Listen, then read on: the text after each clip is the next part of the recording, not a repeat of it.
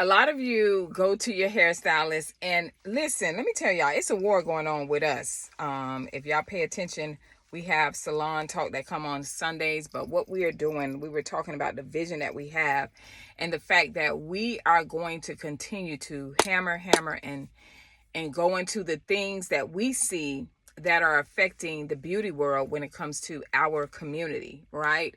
And so today's video will be on what hairstylists don't want you to know. And it may seem like, oh, she's against hairstylists, and she's a hairstylist herself. I am a hairstylist. I've been a hairstylist now as we end 2025 are going on 26 years. So I think I should be able to say something. So it is that I'm going against the hairstylists that don't want to do right by the clients. And it's also, I'm speaking on things that you guys should be aware of, because a lot of you, it's like a vicious cycle. I always tell you, a lot of you are going to hairstylists that are damaging your hair and damaging your experience. And then guess what? You guys don't want to come to the salon anymore. You don't want to deal with hairstylists because you put us all in one bucket. And so we have to continue to change the narrative of that and create where we put hairstylists on notice, right? And clients on notice, so you guys can not only just know what to look for, but also it will make some hairstylists that want to continue a career to change and step up their game. So I have 5 things that I wanted to say when it comes to 5 things that I know that hairstylists don't want you to know, because I've always been in the salon. The last few years I have stopped being in the salon, but it's the same thing going on. Trust me, because I go there to get my hair done, right? So one of the first things, I may have to put my glasses on because I made my list. How's everybody doing? I am Coach Lee Hill. I am in my garage. I refuse to pull up forward because it's raining out there. And I'm not driving in the rain to do these videos. So y'all gonna keep seeing the ladder right there and everything else like that. I am in the garage. I'm doing these car chronicles or truck chronicles. All right. So the first thing we want to talk about that stylists don't want you to know is the high turnover rate. And we understand what the high turnover rate is. The high turnover rate is dealing with, of course, the time issues that they have where they're booking you a certain amount of people and you're coming in all at the same time. The customer service is really, really bad. Cleanliness, the hygiene and everything like that is not up to par. Bad attitudes of hairstylists. And a lot of times we see videos on social media where we have clients that are like, one client said she fell asleep under the dryer and the stylist closed the whole salon down, and she had to call the stylist and say, hey, can you please let me out? She hadn't even touched the girl's head, right? So that's just an experience of what we're dealing with in 2025 when it comes to the attitude of the hairstylist. So what you guys don't get to see is the high turnover rate, where a lot of them are known for doing maybe, they're known for maybe doing like bob plaits, or they're known for maybe the quick weave or the long glamorous hair that you guys are seeing, but you don't see the high turnover rate that comes with that. Also, what comes with it is the fact that a lot of people are losing their hair. And so a lot of you already know that their skill set is only to a certain point, but you still go to them, and then when the service is done, afterwards you're losing your hair. So guess what? That's the high turnover rate. So they don't show you that. A lot of the clients, when you're coming in, you're saying, oh, she got a lot of people, girl, she could do hair. But what you're not realizing is when you keep coming back, if you keep coming back, how many of those people you see on a regular basis? All right, because typical hairstylists, we build our clientele and we have relationships with our clients for years on top of years. I have relationships with clients for over 20 years. So when you have that, then you know what I mean? That's what you're looking for. You're not looking for high turnover rates. That's a clear red flag that you probably don't need to go to them, or you need to check out the other things that I'm going to talk about. Now, the second thing is they don't want you to know about their license, right? Because now we're in 2025 and we were having this talk about how hairstylists, like in the state of Florida, if they're natural hairstylists, they don't need a license anymore. They could just do hair. And the reason why is because they're not supposed to be touching certain products. You know what I mean? Like chemical products as far as relaxers and things like that. Now they are allowed, I'm talking about the state of Florida, to shampoo hair, but a lot of them prefer not to because they don't want to do an extra service. And they want to get you in and out. So one of the things that you will realize, this is number 2, is that they do not want you to see their license. They don't want you to know that they're limited, right? So as I just explained, people with natural hairstylists, which they're more so considered like specialists. So specialists, when you're a specialist, you're only allowed to do certain things, right? Cosmetologists, we're able to do everything from being an esthetician. We can do nails, we can do eyebrows, we can do everything. Cosmetologists is like we've studied across everything when it comes to the beauty world. So they don't want you to see that. And the other reason they don't want you to see that is because if they are, like I see on YouTube a lot of times where you have stylists or hairstylists that are maybe specialists and they like, oh, I got to color this girl's hair. And they're bleaching hair, which they should not be doing because they're specialists, right? But you like, oh, I just want this look. And she did it for my girlfriend, so she's going to do it for me. So you allow that person to do a service that they have no clue about. They don't understand the chemistry.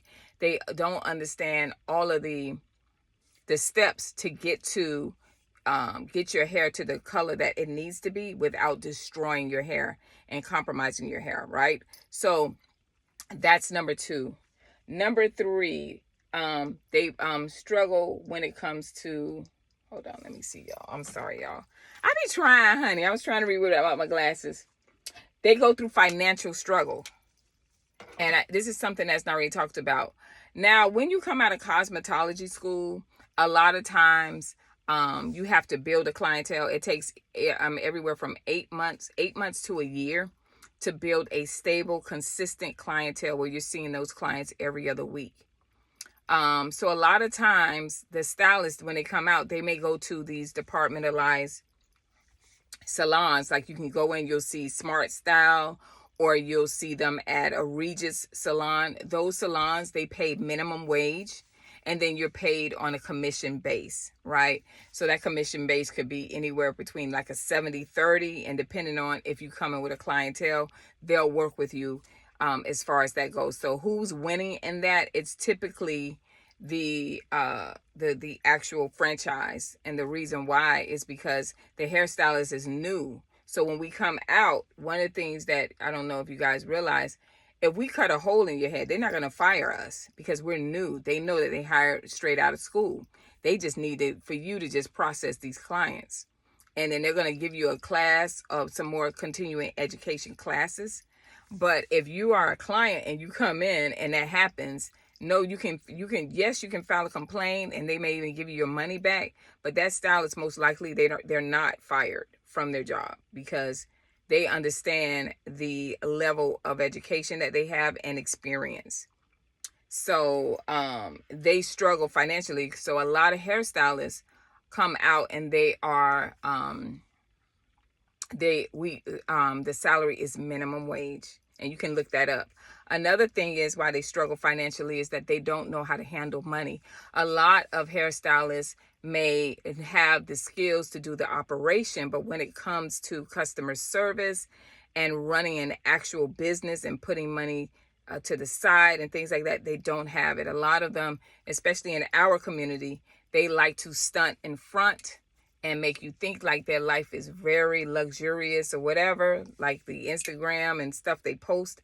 But a lot of them don't have the means to be able to keep that lifestyle or that image going on because of the fact that they don't have the skill set to run the business, much less also a lot of them don't have people skills and things like that. We do have. Now, I'm not saying we don't have a lot of them that are professional and things like that. I know so many, and a lot of them I look up to.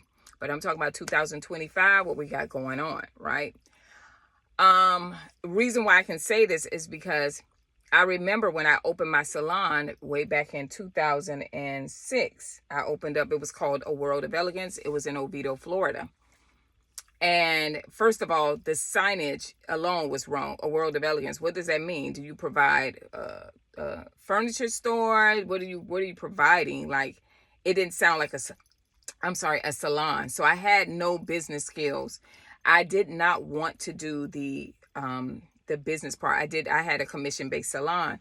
So I didn't want to really do I had commission-based and salary salon. I did not want to do the paperwork behind it. I didn't want to have to pay the quarterly fees that you have to pay when you have employees. I didn't want to deal with that part. I only wanted to deal with the operations. And you'll find a lot of cosmetologists that's what they want to do. And the reason why is because we like to deal with the art side of our brain because we like to be creative. This part here kind of makes us like, we stuck in this bubble, and we gotta be, like we got ADHD, a lot of us. So that's the reason why. So we have financial struggles. Those are some of the reasons why we may have financial struggles.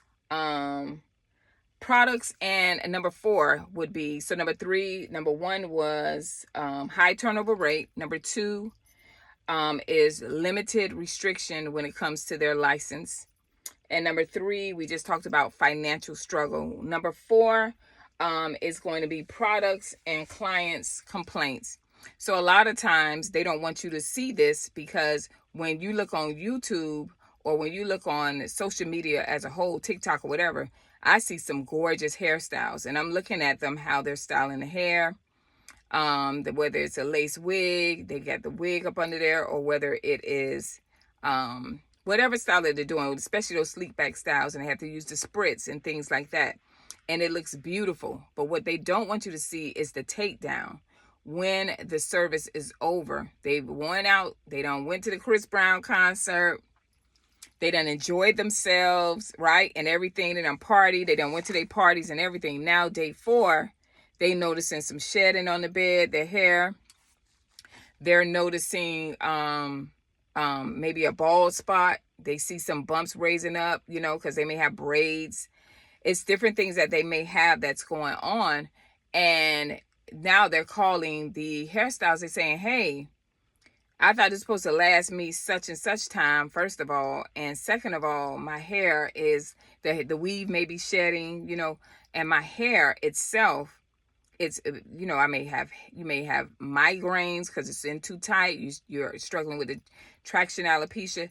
It's different things like that. Now, the reason why I brought product into it as well is because when you're dealing with the product, a lot of times they know that those products that they're using on you is dangerous to your hair. And over time, you will eventually be a hair loss client, right? And so when they're using those type of products, right, they don't want you to know what they're using. Sometimes you'll see them even put, I went to a hairstylist like this, and she was a great hairstylist, but when I seen her do this, I stopped going to her. We'll put it in the no-name brand bottles. No. I want you to see what I'm using on you, because I want you to know that your money is good here, that you're paying for high-end products, that you're not paying for shelved products. I didn't order this over Amazon, and if you love the product so much, you can purchase it from me. That's the kind of hairstylist that you want, but a lot of times you guys don't get to see that. So they're going to apply a product on you. Recently, maybe a couple of weeks ago, I did my niece's hair. And today she was like, I got to wash my hair. Yeah, because she went out and somebody put I love this stick, the wax stick on her hair, and it would look pretty. But after like a day or two, it was dull, it was dry, because that's all it is. It's wax. It's not a moisturizing conditioner type leave-in thing. It's not any of that. But when you guys see it and they put it on, it looks all sleek and shiny and beautiful. And you're like, ooh, yes, I want my hair. Girl, where are you at? Where are you located at? And when can I get it done? But the after effects is what hairstylists do not want you to see, because they're not practicing good hair practice. And eventually, like I said, you will be a hair loss person, or you will be the one asking about where's the dermatologist is, because now you have developed some type of skin disorder because of your scalp, because of the products that they're using. They don't care if it's parabens in it. They don't care if it is, anything that can lead to cancer. They don't care. And I'm going to do a video about cancer products. And matter of fact, if you guys, well, you're not going to see it, but going on live tonight, we're going to be talking about some of those products as well. So make sure you tune in on to the video, because this is going to go up Monday, but you can tune into the video from Sunday, and you can see the products that we're talking about and the things that we've seen. Okay, what's going on with that? So it's really, really good information. And so that's number 4. So the last one is their illness. Number 5 is their illnesses that hairstylists deal with that you may not know about because of the bad products that they may be using. They may not be taking care of themselves physically, right? So they are not eating properly. They are using chemicals that they don't know about, and they're doing it on a regular basis. So you'll find out that they may have thyroid cancer, right? A lot of times, because they're not exercising, they're not eating right, just like we tell you guys to do, they end up with like arthritis. I've seen hairstylists that are limping. They're very young and they're still limping. Some of them should not be working because they're now in their 60s and 70s. I don't want to say they shouldn't be working. I don't want to say that. But as long as they're taking care of themselves, because we got some good looking 60-year-olds and 70 years old, right? But if you, a lot of times it's time, like I've seen a hairstylist that was 78 and I'm like, it's time to give up the ghost. Like, it's like, no ma'am, and she was with a cane trying to get around. I was like, yeah, this is time. Somebody need to talk to her and let her know that it's over. So they will deal with illnesses that you may not know about as well, because not just necessarily the chemicals, they may just be dealing with personal things or whatnot. But these are the 5 things, the top reasons why hairstylists don't want you to know about that goes on behind the scenes. So when you see this and you know this now, just keep in mind, have some mercy with the hairstylist and know and understand that part. I'm not telling you, but you hold hairstylists accountable. You have to hold them accountable. Okay? And so this video is to make you understand and to continue to open your eyes when you're going to these hairstylists, so you won't be looking for videos trying to find out how can you grow your edges back, or why is you're losing hair at the top of your head.